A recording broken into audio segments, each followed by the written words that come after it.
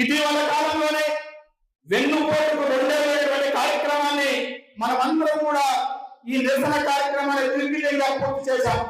ఈ సందర్భంలో మనం ఒక విషయం చెప్పుకోవాలి. చంద్రబాబు నాయుడు గారి నైజం ఎలా ఉంటుందంటే, ఎలక్షన్ ముందు వెన్నపోట మాటలు మాట్లాడతాడు, ఎలక్షన్ తర్వాత వెన్నుపోటు కార్యక్రమానికి శ్రీకారం చుట్టాడు. కాబట్టి మనం ఒకసారి ఆలోచించాలి.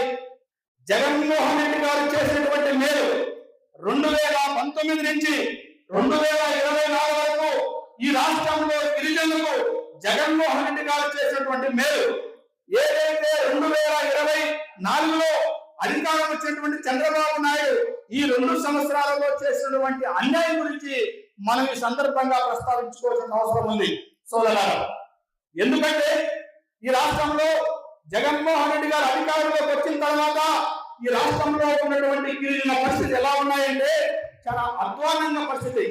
ఆఖరికి జగన్మోహన్ రెడ్డి గారు పాదయాత్రలో తెలుసుకున్నటువంటి విషయం ఏంటంటే 2014 నుంచి 2019 వరకు ఆనాటి ముఖ్యమంత్రి చంద్రబాబు నాయుడు గారు మరి ఈ నాటిలో ఉన్నటువంటి గిరిజనులు చుక్కరపాలను చూసినటువంటి పరిస్థితి, ఏ నాడు కూడా గిరిజనులు మనిషిగా చూసినటువంటి పరిస్థితి చంద్రబాబు నాయుడు యొక్క నైజంలో లేదు.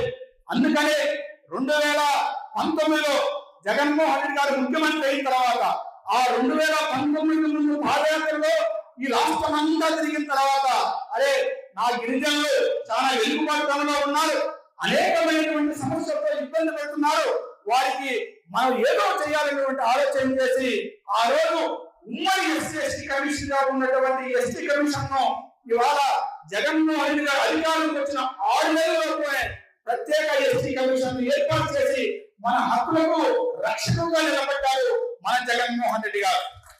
అంతేకాదు ఈరోజు ఏదైతే వైద్య రంగానికి సంబంధించి ఇవాళ పాడేరులో మెడికల్ కాలేజ్ 500 కోట్ల రూపాయలతో ఆనాడు పాడేరులో మెడికల్ కాలేజ్ ఏర్పాటు చేశారు. అదే విధంగా ఇదే నంద్యాల పట్టణంలో కూడా ఇవాళ మెడికల్ కాలేజ్ పూర్తయి ఇవాళ క్లాసులు జరుగుతున్నటువంటి పరిస్థితి. అదే విధంగా కురుపాంలో దాదాపు 153 కోట్ల రూపాయలతో ట్రైబల్స్ సాంకేతిక విద్యను ఇంజనీరింగ్ విద్యను అభ్యసించాలనేటువంటి ఒక ఆలోచన చేసి కురుపాంలో ఇంజనీరింగ్ కాలేజ్ ఏర్పాటు చేసినటువంటి ఘనచరిత్ర జగన్మోహన్ రెడ్డి గారు. అదే విధంగా ఆ రోజు మనం విభజనలో నష్టపోయాం, గిరిజనులకు మనకు మేలు చేయాలి, ఎక్కువగా ఏజెన్సీ ప్రాంతంలో మూకుముడిగా ఉంటారు, వారు ఆర్థికంగా రాజకీయంగా సామాజికంగా వెనుకబాటులో ఉండాలి. కాబట్టి 560 ఎకరాల్లో సాగు సెంట్రల్ యూనివర్సిటీని ఇవాళ పూర్తి చేస్తే ఈ ప్రభుత్వం అదేవిధంగా సెంట్రల్ లో ఉన్నటువంటి కేంద్ర ప్రభుత్వం దాన్ని నిర్లక్ష్యం చేసినటువంటి పరిస్థితి. కాబట్టి మనం ఇవన్నీ ఆలోచన చేయాలి.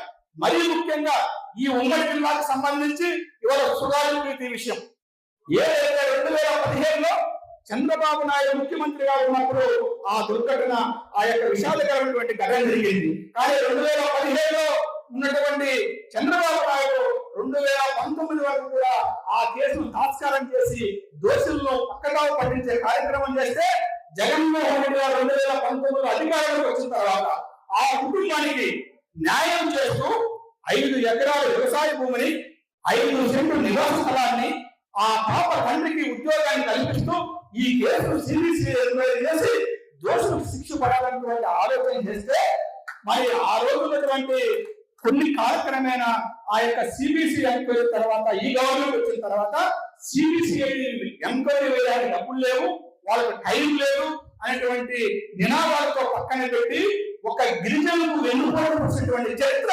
చంద్రబాబు నాయుడు గారిది. మరి పవన్ కళ్యాణ్ అంటున్నాడు ఆ రోజు సుగాలి ప్రీతికి అడ్డపెట్టుకొని సుగాలి ప్రీతికి అన్యాయం జరిగిందని ఊగిపోయినటువంటి పవన్ కళ్యాణ్ గారు ఇవాళ ఎక్కడికి పోయావా పవన్ కళ్యాణ్? ఇవాళ సుగాలి ప్రీతికి న్యాయం చేసే బాధ్యత మీకు ఉప ముఖ్యమంత్రి గారికి లేదా? మరి ఆ రోజు 30,000 మంది యువతులు ఈ రాష్ట్రంలో నుంచి మిస్ అయిపోయారు, ఇక్కడ శాంతి భద్రతలు కరువయ్యాయని చెప్పేసి ఆ రోజు ఊగిపోయినటువంటి పవన్ కళ్యాణ్ గారు కనీసం ముఖ్యమైనా నువ్వు కనీసం ఈ రాష్ట్రానికి త్యాగలిగినావని అడుగుతా ఉన్నా. ఓరికడే ఉపన్యాసాలు చేసి ఆ రోజు ఏ విధంగా ప్రభుత్వాన్ని పడగొట్టాలనేటువంటి ఆలోచన చేశారు తప్ప జగన్మోహన్ రెడ్డి గారిని ఇలాంటి కుండలతో 2029లో ఆపలే సందర్భంగా మనం చూస్తా ఉన్నాం.